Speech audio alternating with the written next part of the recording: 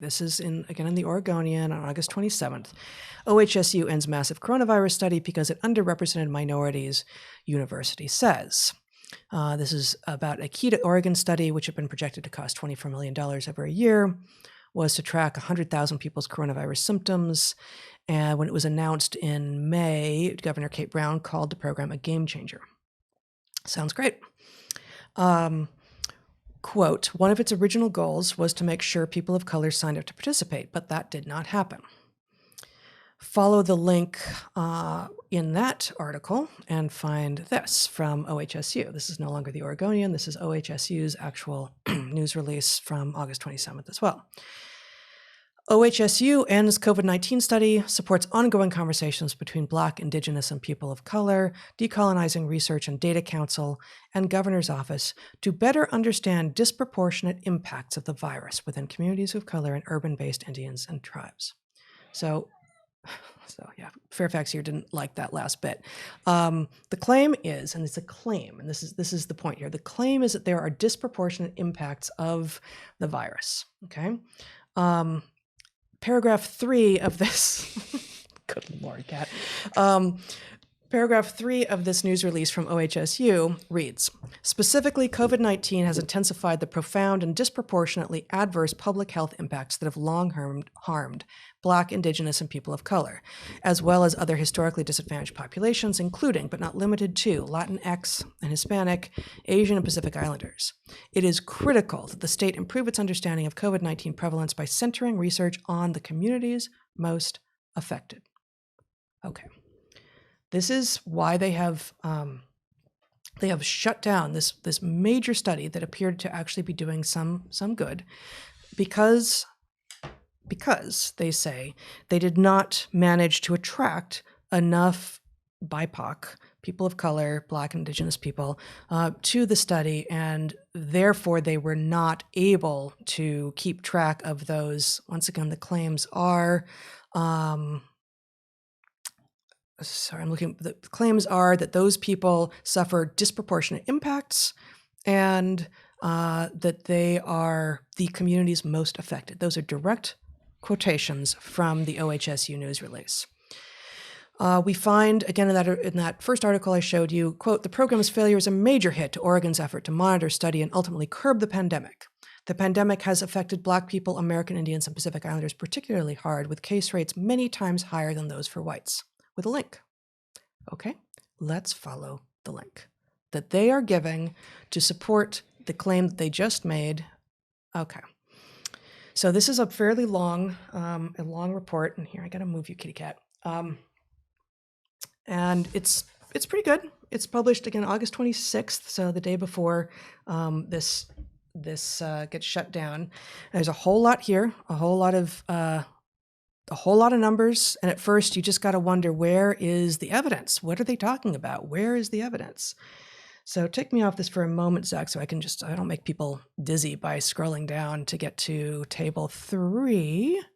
Nope, that's age group. Table 3 is the only thing that I can see from this that actually shows, that actually seems to address the point that is made, that this is being linked to. So this is table 3, for those just listening, severity and rates of COVID-19 by race. So if you look at the 4th column, cases per 1,000, you see that, in fact, Black, American Indian and Alaska Native, and Pacific Islander populations indeed have a higher case rate of over 1,000, or in the case of Pacific Islander, almost 3,000. Cases per 100,000. Sorry, per 100,000 for those demographics, whereas white and Asian people have cases per 100,000 of 281 and 393, respectively. Okay, so that is certainly one measure of the effect of how much people are being affected by this virus, right? And we know, of course, that focusing on severe symptoms now and deaths is a thin metric, and we've been pushing against focusing on case fatality rate, for instance, and just deaths for a while now, because we know that there are lingering health effects for people who've had COVID-19, and we can therefore suspect, we are predicting that there may be very long-term effects from this disease. So I do not in any way mean to minimize people who have had cases that weren't severe. However, Let us look at the two other measures on the screen. Zach, if you would show that again, please, on this table of the effects of COVID: percent hospitalized and case fatality rate. Percent hospitalized for whites, blacks, Asians, American Indians, etc., is all basically the same. They aren't giving us raw numbers, or maybe we could even do a chi-square with this. But those numbers look all pretty similar, right? I mean, blacks are hospitalized at slightly lower rates than whites and Asians and American Indians, but I really don't think, and Pacific Islanders, but I really doubt that that's in any way significant. So those numbers basically look the same. But if you go, and so by that metric, if you're looking at percent hospitalized, you would say actually none of the demographics, if we're looking at demographics by race, are more or less affected, which is a direct. I should point out here, there's one potential confound, which I think you're about to rule out in your final category here. Yeah. But one thing, hospitalization rates could have something to do with access to services. True. So it could be yes. that a disproportionate, if blacks were disproportionately affected, they didn't show up in the hospitalization rate because for whatever reason they didn't go to the hospital. And maybe because we know there's a correlation with class. And so, people who are poorer, whether or not it's because they are also more likely to be black or less likely to go to the hospital even when they need it, we would then predict that the case fatality rate would be higher again, that the cases per 100,000 and the case fatality rate would be comparable, even if hospitalization rate wasn't. But what in fact we see in this final column of exactly the table that is linked to as evidence that Black, American Indian, and Pacific Islanders in Oregon are being disproportionately affected by COVID-19 is that the case fatality rate for whites and Asians is 2 to 3 times higher than it is for Blacks and for American Indians and for Pacific Islanders.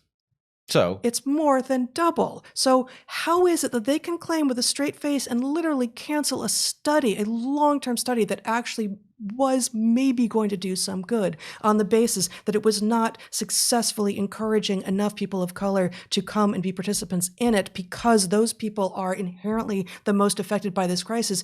Their very data show that they had to pick and choose. They had to cherry pick the metric that they used in order to make that point.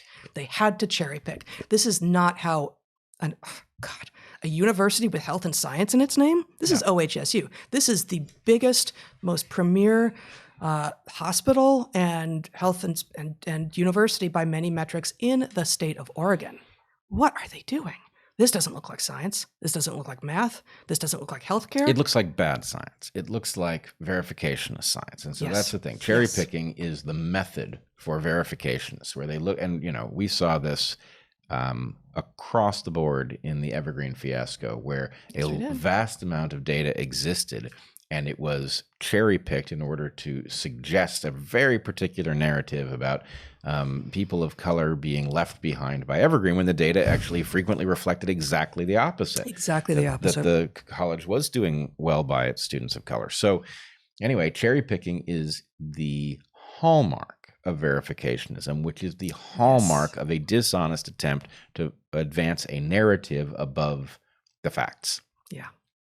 And in this case, the thing that I find most striking about it is that it's not as if the study was accidentally constructed to exclude, in the way many medical studies have excluded women, because men are a convenient study group. Maybe there's bias that goes into choosing men. But the point is, you can have studies like this that are non-representative for some reason. But in this case, they specifically went out of their way to recruit BIPOC people. They apparently failed to attract sufficient numbers for the group that is claiming they didn't attract sufficient numbers. Right, which doesn't suggest that the study discriminated against these people. It suggests that these people discriminated against the study. And the idea that you should not collect data, right, because people who you tried to include didn't end up included for whatever reason is preposterous because, the fact is... That's shutdown STEM right there. That's successful shutdown STEM. They win. It's successful shutdown STEM. You know who loses? Everyone. Everybody. They think they win, but they lose too, and so do all the rest of us. Right. So the fact is, the thing that's hard to wrap your mind around here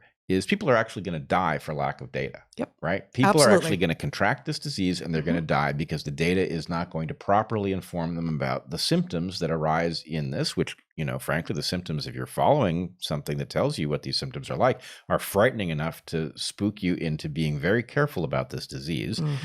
Knowing what those symptoms are is going to be key to protecting yourself, and how they unfold. You and I have been advocating now for more than 40 live streams for the collection of large scale data on the progression of the disease so that we understand something about how it works. So yes, this is shut down STEM, and the result is going to be humans are going to die. That's right. That's what happens when you shut down STEM. We need better STEM. We need hypothesis-driven research to once again become the thing that people are doing when they say they're doing science. But shut down STEM, people will die.